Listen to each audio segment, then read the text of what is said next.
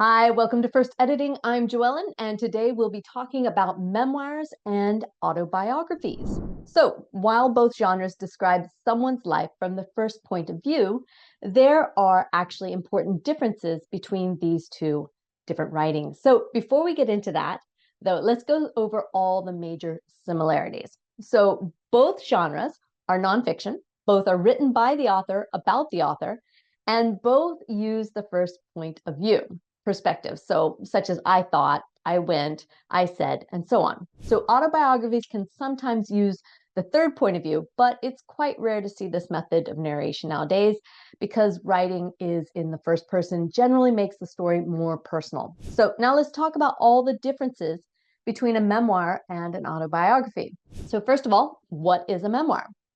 Originating from the French word memoir, which translates to memory or recollection.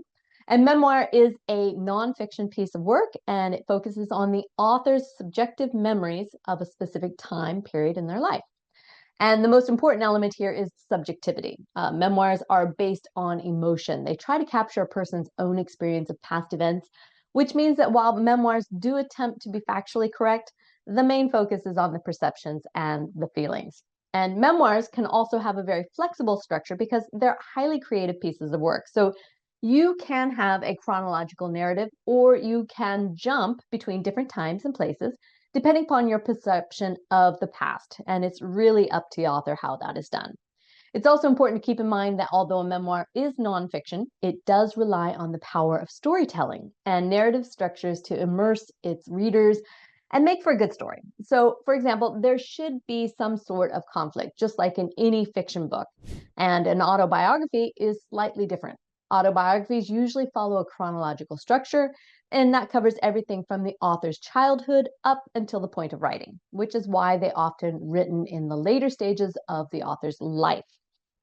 So, unlike memoirs, autobiographies are seen as very credible sources that can be used by historians and academics.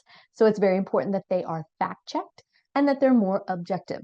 Autobiographies are also often written by people who are either famous in their field of expertise or who hold a position of power, because the main reason readers buy those books is that they're already interested in the person's life to begin with. So, memoirs, on the other hand, those revolve around a specific theme, which means that they can make for an interesting story no matter how well known the author is. Now, an example of a memoir is Lost in Translation by Eva Hoffman, and this recounts her story of migration and displacement. And an example of an autobiography is Nelson Mandela's Long Walk to Freedom.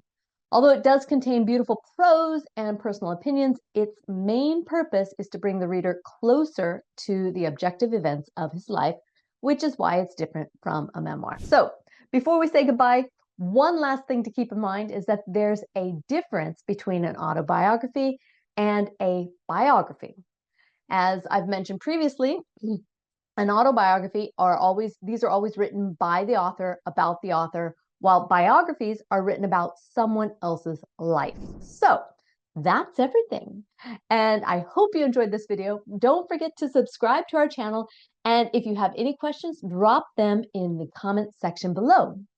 Thank you for joining and watching, and I'll see you in the next video.